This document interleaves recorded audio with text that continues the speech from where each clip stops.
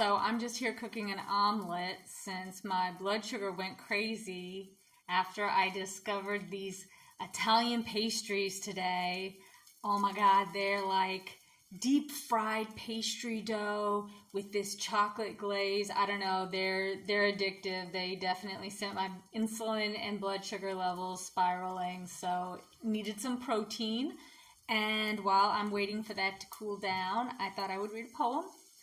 And this one is called Frozen Spirits, and I posted a little animated short of it, but this is the full poem. And I wrote this about a former co-worker. I used to bartend. I bartended for a long time.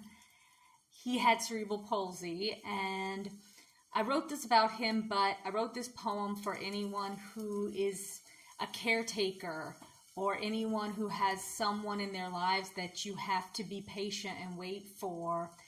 It's an invisible burden that you carry, but I can't imagine that it's an easy one. So thank you for those who wait.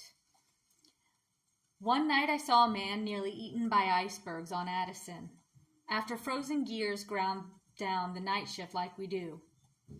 I was pushing heavy through the polar ghosts that roamed the streets, dead but for bored specters, and through the drip of neon icicles I caught when he clipped the iceberg.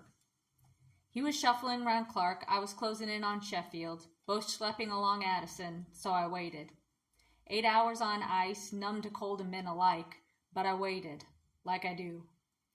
I watched as he fought the indifference of frost, and he lurched from side to side, each footfall sucked into the gray slush, wading through like a forgotten sailor, searching for Shackleton, shadowed by the Arctic moon. A red scarf was a deflated parachute dragging. Coat was merely a suggestion. He approached, and I worked quick to right the wrongs for just this instance, and listened to the tale he persuaded who. Not a worry, he swore.